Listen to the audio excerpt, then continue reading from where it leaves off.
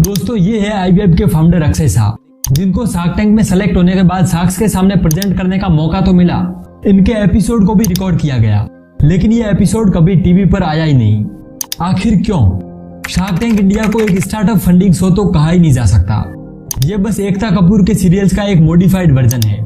US version में जजेस ऐसे लोग हैं जिनके एक्चुअल में प्रॉफिटेबल बिजनेस है, लेकिन शार्क टैंक के एक शार्क को छोड़कर बाकी सबकी कंपनीज भारी लॉस में है। तो आखिर कौन है वो महापुरुष? शार्क टैंक के सीजन 1 में 40,000 एप्लीकेशंस आई थी। इनमें से 1,000 स्टार्टअप्स को इंटरव्यू के लिए सेलेक्ट किया गया। उन 1,000 में से 200 को शार्क्स के सामने जाने का मौका मिला। 200 में से 117 को टीवी पर दिखाया गया और बस 67 को फंडिंग मिली। मतलब एप्लीकेंट्स के सिर्फ 0.16% स्टार्टअप्स को फंडिंग मिली। ये है शार्क टैंक से फंडिंग उठाने के लिए सक्सेस रेशियो। माना कि शार्क टैंक एक बिजनेस रियलिटी शो है, लेकिन इसका मतलब ये बिल्कुल नहीं कि शो पर सिर्फ इनोवेटिव और यूनिक आइडियाज को ही आने का मौका मिलेगा। रियलिटी इसके बिल्कुल ऑपोजिट है।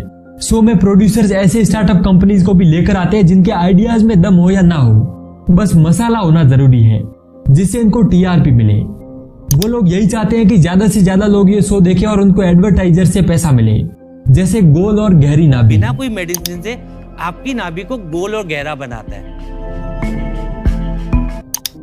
लेकिन वही IVF के फाउंडर अक्षय शाह का एपिसोड कभी लाइव ही नहीं हुआ, क्योंकि वो एपिसोड थोड़ा सीरियस हो गया था, जिससे इनको इतनी TRP नहीं मिलती। दोस्तों ऐसा करने से सीजन 2 में इनका रेवेन्यू तो 3x बढ़ सकता है, पर बहुत सारे काबिल एंटरप्रेन्योर्स को कभी मौका ही नहीं मिल पाता। दोस्तों कभी आपने सोचा है कि शार्क टैंक में कॉन्टेस्टेंट इतना परफेक्ट प्रेजेंटेशन कैसे दे पाते हैं? तो उनकी पूरी पिच को क्रिएटिवली स्क्रिप्ट किया जाता है, जिससे वो इंटरेस्टिंग लगे, और फिर उनको घंटों इस स्क्रिप्ट की प्रैक्टिस करवाई जाती है। शार्क टैंक में अगर किसी शार्क के सेम निश में कोई स्टार्टअप आता है, तो ये शार्क्स या तो उनको खरीद लेते हैं या उसे फंडिंग नहीं देते, चाहे बिजनेस कितना ही प्रॉफिटेबल हो, और दोनों ही सिनेरियोज में बिजनेस को बर्बाद कर दिया जाता है। जैसे सीजन 2 में एक ब्रांड आया रिकॉर्ड। पहले तो शार्क्स ने इनका मजाक उड़ाया। और आप जो बोल रहे हो कुछ बीच बीच में, मतलब मुंह हिला रहे हो, कुछ तंबाकू कुछ खा रहे हो? इन लोगों ने पहले साल में ही 15 करोड़ का बिजनेस किया था और सेकंड ईयर में 30 करोड़ का प्रोजेक्टेड था। अब इतना सुनते ही विनीता को डर लगने लगा, जिसका रीजन आपको आगे वीडियो में बताएंगे।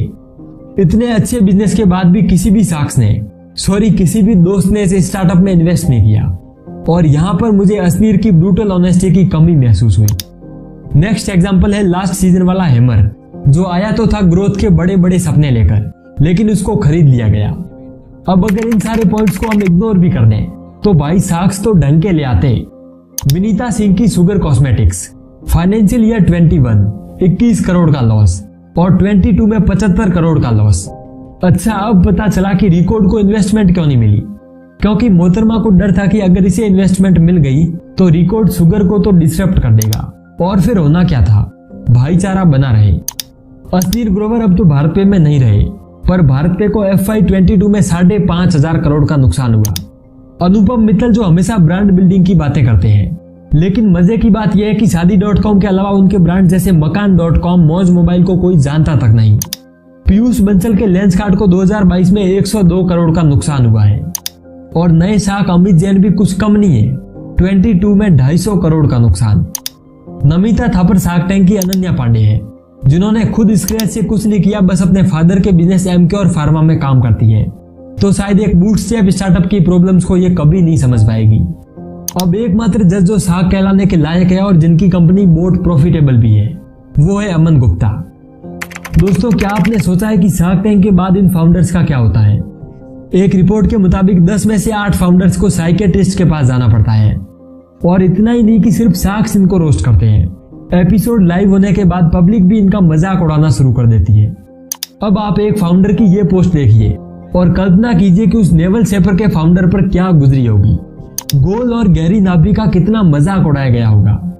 दोस्तों अगर प्रोड्यूसर्स केवल TRP के पीछे ना भागकर अच्छे और यूनिक स्टार्टअप्स को मौका दे, तो शार्क्स और ऑडियंस का टाइम भी कम वेस्ट होगा और पब्लिक को रियल कंटेंट देखने को मिलेगा। लेकिन किसे फर्क पड़ता है? उनको तो बस पैसा छापना है।